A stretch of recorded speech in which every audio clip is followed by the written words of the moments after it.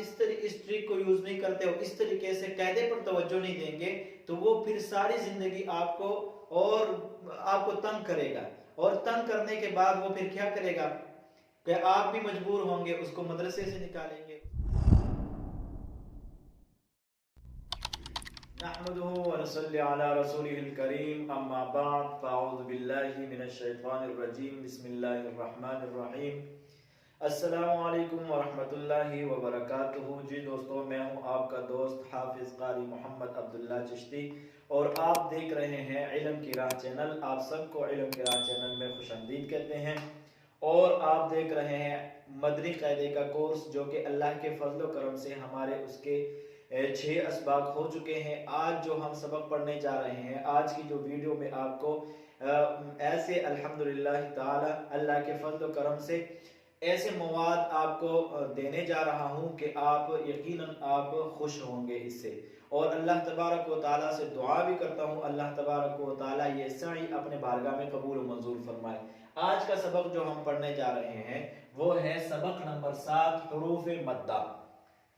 अब अगर आप सबक के टॉपिक में देखें और उन्वान में देखें तो एक चीज आपको मुनफरिद नजर आ रही होगी कि हुरूफ मद्दा, यहाँ पर मद इस्तेमाल हुआ है। सबसे पहले हमने पहली बात जो इसमें जाननी है वो है हुरूफ मद्दा में जो मद इस्तेमाल हुआ है, मद का क्या माना है, मद क्या चीज है। आप बच्चे को पढ़ाना शुरू कर देंगे तो पहले इनको तारुफ कराएंगे चीजों का, तो फिर अल्हम्दुलिल्लाह अल्लाह के फजल करम से बच्चा वो जानने के बाद फिर सही तरीके से पढ़ सकेगा और उसको दुश्वारी नहीं होगी। और आपकी भी ये एक बेहतरीन मुअल्लिम की अलामात है कि वो पहले उसका खुलासा, आज जो मैं आपको 5 बातें इसमें ये जो 5 बातों का ट्रिक लेकर आया हूं, अल्लाह के फजल करम से अगर आप ये ट्रिक यूज करेंगे और इस्तेमाल करेंगे और इसको बच्चे पर अप्लाई करेंगे तो यकीनन बच्चा चंद ही दिन में ये चीजें सीख लेता है। और ये अल्हम्दुलिल्लाह मेरा तजर्बा है, ये मेरे 10 साल का तजर्बा है कि बच्चे को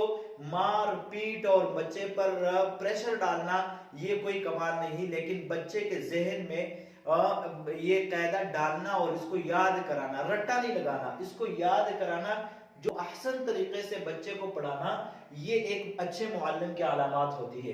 तो पहले आपने ये 5 बातों का जो ट्रिक मैं लेकर आया हूं ये इंतहाई नायाब है, आप देखते जाएं और इससे लुत्फ अंदोज होते जाएं और बच्चे को इसी अंदाज से आप पढ़ाएं। यकीनन आप एक बेहतरीन मुअल्लिम, दुनिया में आपसे बेहतरीन मुअल्लिम कोई और नहीं होगा अगर इस ट्रिक को आप यूज करेंगे और इसको गौर से देखेंगे और समझेंगे। तो ये जो हमने हुरूफ मद्दा में सबसे पहले हमारी मद आया है। मद किसे कहते हैं, सबसे पहले इस बात को बच्चे के जहन से निकालना है और बच्चे के जहन में डालना है कि ये चीज इसको कहते हैं। तो सबसे पहले हम सीखते हैं मद। मद का लुग़वी माना होता है लंबा करना, खींचना, दराज करना, यानी एक हरफ को लंबा करके पढ़ना या खींच कर पढ़ना या दराज करके पढ़ना, उसको कहते हैं मद। ये बात हमारे बच्चे के जहन से निकल गई, ये आपने बच्चे के जहन से निकालनी है। ये इश्काल जो बच्चे के जहन में पड़ा रहता है और वो डर की वजह से उस्ताद से नहीं पूछ पाता, तो इस वजह से मैं आपको ये ट्रिक बताने जा रहा हूं कि आपने बच्चे के जहन से, बच्चे का जहन भी आपने पढ़ना है। उस्ताद और मुअल्लिम का सबसे बेहतरीन वो अलामत ये होती है कि वो बच्चे का जहन पढ़ता है और जहन पढ़ने के बावजूद उसके जहन के इस्तिताअत के मुताबिक और इस्तेदाद के मुताबिक उसके जहन में चीजें डालता है। तो आपने पहले इसकी जहन से ये निकाल ली बच्चे की। दूसरी बात जो है उसके अंदर हुरूफ मद्दा के अंदर जज़म इस्तेमाल हुआ है। ये जो छोटी सी अलामत आपको नजर आ रही है, ये जो अलामत आपको नजर आ रही है इसको कहते हैं जज़म। ये जो हरफ के ऊपर छोटी सी दाल बनी होती है इसको कहते हैं जज़म। मैं आपको बातें समेटने की कोशिश करता हूं और आपको जल्दी जल्दी इसलिए बता रहा हूं ताकि वीडियो ज्यादा लंबी ना हो और आपको देखने में और समझने में दुश्वारी ना हो। तो सबसे पहले हमने इस चीज को समझना है, इस चीज को कहते हैं जज़म, इसको कहते हैं जज़म। और दूसरा नाम इसका सुकून भी है, ताकि बच्चे के जहन में इश्काल ना रहे। इसका एक नाम जज़म हो गया और दूसरा नाम इसका सुकून भी है। यानी इसको जज़म भी कहा जाता है, इसको सुकून भी कहा जाता है। अब ये जिस हर्फ के ऊपर आ जाए, ये जज़म जिस हर्फ पर आ जाए उसको साकिन भी कहते हैं, साकिन हर्फ भी कहते हैं और मजजूम भी कहते हैं।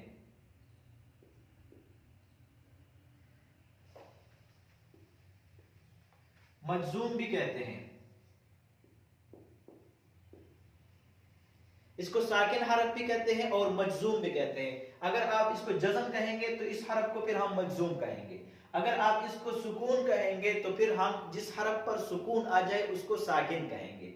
अगर इसको आप जज़म कहते हो तो जिस हरफ पर जज़म आ जाए उसको मजजूम कहते हैं।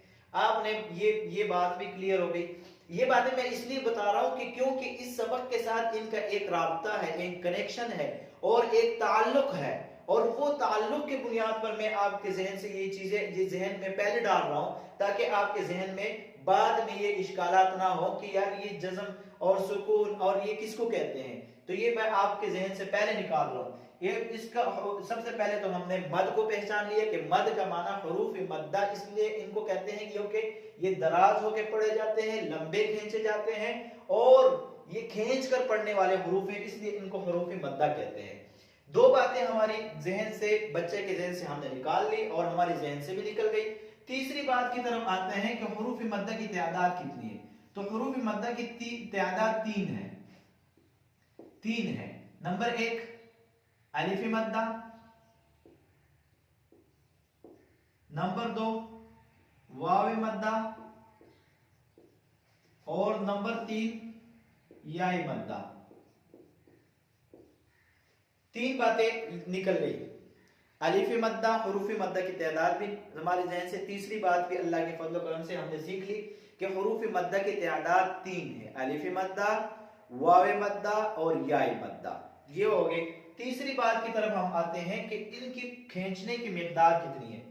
हमने तो कह दिया ना कि ये हुरूफ मद्दा है, हुरूफ मद्दा खींच कर पढ़े जाते हैं, दराज होके पढ़े जाते हैं, लंबे करके पढ़े जाते हैं। तो अब इनका लंबा करने की मिकदार कितनी है, इनको कितना खींचा जाता है।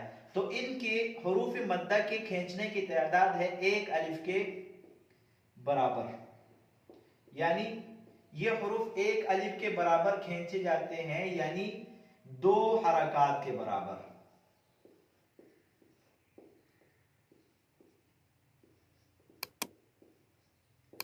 दो हरकात के बराबर। अब 2 हरकात की बराबर की मिकदार कितनी है, ये भी तो बच्चे की समझ में नहीं आएगी। आपके जहन में सवाल आ रहा है कि 1 अलिफ की मिकदार बच्चे को हम कैसे समझाएंगे कि 1 अलिफ की मिकदार कितनी होती है। फिर आपने कहा चलो 1 अलिफ की मिकदार 2 हरकात हो गई, चलो हमने ये भी आपसे मान लिया कि 1 अलिफ 2 हरकात के बराबर होता है। तो 1 अलिफ 2 हरकात के बराबर होता है, तो 2 हरकात की मिकदार कितनी होती है उसको हम बच्चे के जहन में कैसे ढालेंगे। तो उसको बच्चे के जहन में आपने इशारे के साथ और उनको समझाना है। बता तो दिया आपने कि ये 1 अलिफ के बराबर खींचे जाते हैं, यानी 2 हरकात के बराबर खींचे जाते हैं। तो 2 हरकात की मिकदार कितनी है और 1 अलिफ की मिकदार कितनी है, फिर भी बच्चे के जहन में वो इश्कालात रहते हैं। तो आपने उनको प्रैक्टिकल समझाना है। कितनी मिकदार, बन मुट्ठी को आराम आराम से खोलना, बा बी, या बंद मुट्ठी को खोलना या खुले हाथ को आराम आराम से बंद करना। ये 1 अलिफ की मिकदार और 2 हरकत की मिकदार हो गई। अब कैसे, बाली बा बा बी बू। अब हाँ, हमारे मेरे हाथ को भी आप देख सकते हैं, बा बी बू। तो ये इसकी हो गई, बा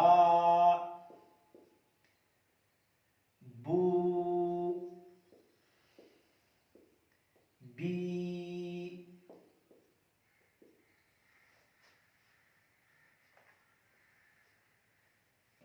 ये है हुरूफ मद्दा को खींचने की मिकदार। हुरूफ मद्दा की खींचने की मिकदार भी हमने जान लिया कि 1 अलिफ के बराबर यानी 2 हरकत के बराबर, और प्रैक्टिकल भी मैंने आपको समझा दिया कि ये मेरा हाथ है, ये बंद है। अब हमने अलिफ मद्दा को पढ़ना है, बा, फिर बंद है मेरा हाथ।